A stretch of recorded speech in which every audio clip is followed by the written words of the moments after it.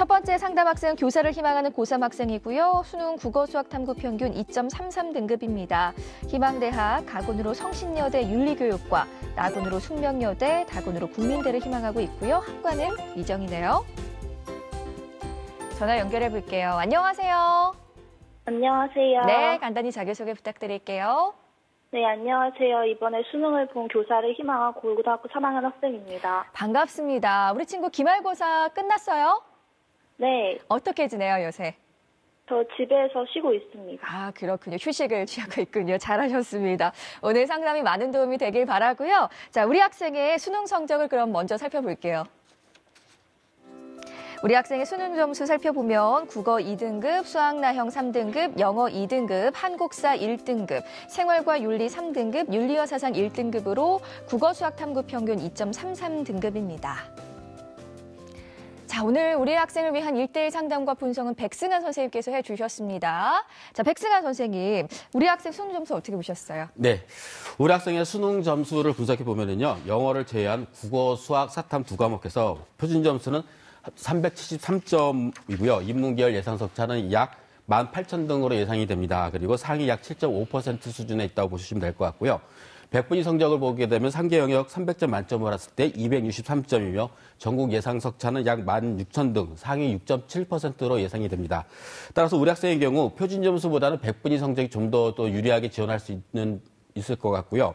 현재 상위 7% 수준을 볼 때 우리 학생 같은 경우에는 서울 소재 중상위권 대학과 중위권 대학을 같이 지원하는 전략을 세워야 될 것 같습니다. 따라서 우리 학생 같은 경우에 영역별 유불리를 잘 파악을 해서 서울 소재 중상위권 대학 위주로 지원하는 전략이 필요하지 않을까 생각합니다. 네, 선생님 그렇다면 우리 학생 정시 지원 포인트도 알려주시죠. 예, 우리 학생의 정시 지원 포인트를 보면요, 첫 번째가 동점자 대비 평균을 봐야 되지 않을까 생각합니다. 동점자 대비 평균 점수는 나와 경쟁을 할 학생들, 즉 나와 비슷한 점수의 학생이 대학에 지원했을 때 어느 쪽이 더 유리한가를 판단을 내야 되는데요. 표를 보시면서 우리 학생의 성적을 분석해 드리도록 하겠습니다. 먼저 표준 점수입니다. 내 점수는 이제 373점이고요. 동점자 평균을 보게 되면 국어가 125점, 수학이 127점, 탐구 영역이 두 과목 합해서 121점입니다. 따라서 우리 학생 같은 경우에는 수학은 마이너스 3점이고요. 탐구는 플러스 3점입니다. 그리고 100분위를 보게 되면은 동점자가 국어가 89, 수학이 90, 탐구가 84로 수학이 마이너스 5점으로 가장 낮게 나타나고 있고 탐구가 4점, 국어가 1점으로 유리하게 나타나고 있습니다. 따라서 우리 학생 같은 경우 표준 점수와 100분위가 모두 이제 수학이 낮은 편이기 때문에 수학 반영 비중이 낮고 탐구 성적이 반영 비중이 높은 대학 위주로 지원하는 것이 좋을 것 같고요. 두 번째는 100분위 대학과 표준 점수를 반영한 대학, 즉 수능 활용 지표를 반드시 분석을 해야 됩니다. 표를 보고 말씀드리도록 하겠습니다. 우리 학생 같은 경우 표준 점수가 373점인데 전국 석차는 약 18,678등 정도로 예상이 되고요. 누적 100분율은 7.46% 정도가 됩니다. 그리고 100분위 점수를 보게 되면 3경역 100분위 합이 263점이고요. 전국 석자는 16,447등, 누적 100분율은 6.67%로 예상이 됩니다. 따라서 우리 학생 같은 경우에는 수능 지표를 활용할 때 표준 점수 반영하는 대학과 100분위 반영하는 대학을 비교해 봤을 때는 아무래도 100분위 반영하는 대학이 조금 더 유리하지 않을까 생각하는데, 여기서 주의할 점은 영역별 평균을 봤을 때 100분위 반영하는 대학 같은 경우는 수학이 마이너스 5점으로 표준 점수보다 점수 차가 더 큽니다.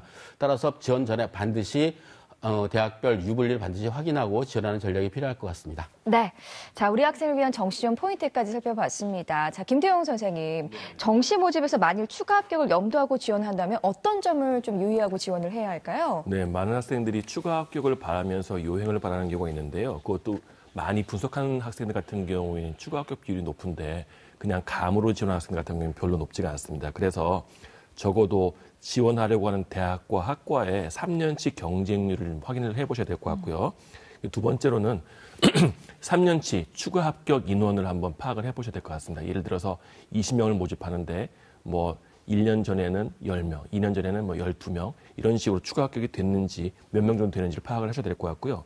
마지막으로는 그 전년도 또는 한 3년 정도치의 합격자들이 성적을 올해 성적으로 한번 변환해 봐서 내가 어디쯤 위치가 되는지를 한번 파악해 보는 그런 노력을 해보시면 추가 합격의 그 기회 또는 확률을 더 높이실 수 있을 것 같습니다. 네. 자, 그럼 본격적으로 우리 학생을 위한 정시 지원 학교에 대해 알아보겠습니다. 먼저 상담 학생과 시청자들의 이해를 돕기 위해서 정시 상담 평가 기준을 말씀드릴게요. 수능 시험 취득 성적을 기준으로 봤을 때 합격 가능성이 높지 않거나 다소 무리가 있는 경우에는 상향으로 봤고요. 희망대학과 학과의 요구 성적과 일치 또는 비슷한 경우에는 적정, 희망대학과 학과의 요구 성적보다 높으면 안정으로 봤습니다. 자, 백승환 선생님, 우리 학생 정시에서 희망하는 대학이 성신여대, 숙명여대, 국민대 등인데 이 희망대학 중에서 어떤 대학 살펴볼까요? 예, 우리 학생이 희망하는 대학은 이제 나군 숙명여대를 살펴보도록 하겠습니다. 우리 학생이 이제 상담 신청서를 보니까 숙명여대에 추가로 합격할 수 있는 학과가 어딘지를 이제 물어보는 경우가 물어봤는데요. 아무래도 숙명여대에 대한 관심도가 상당히 높기 때문에 그런 것 같습니다.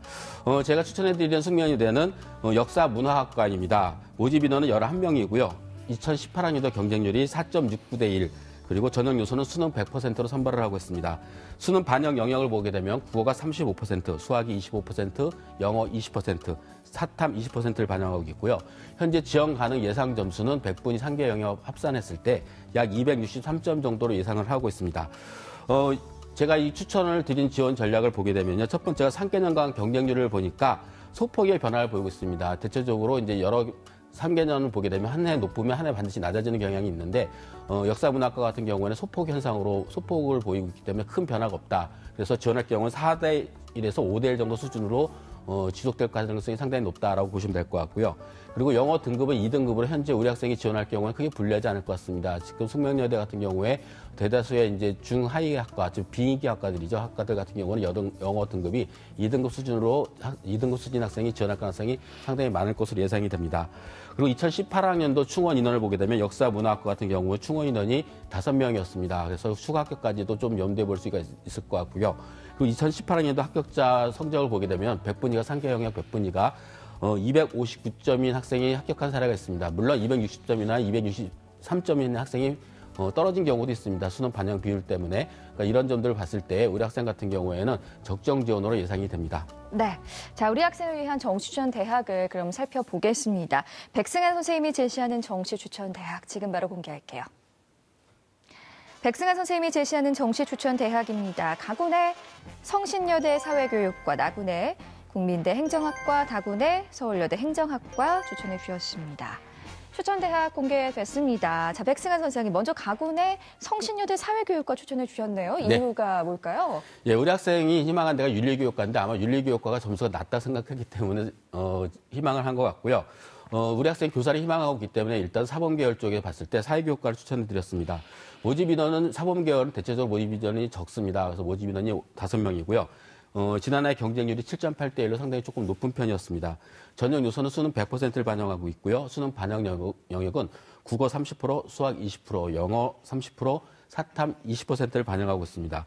지원 가능 성적은 이제 사범계열은 약간 점수가 높기 때문에 263점 정도로 예상을 해볼 수가 있겠고요.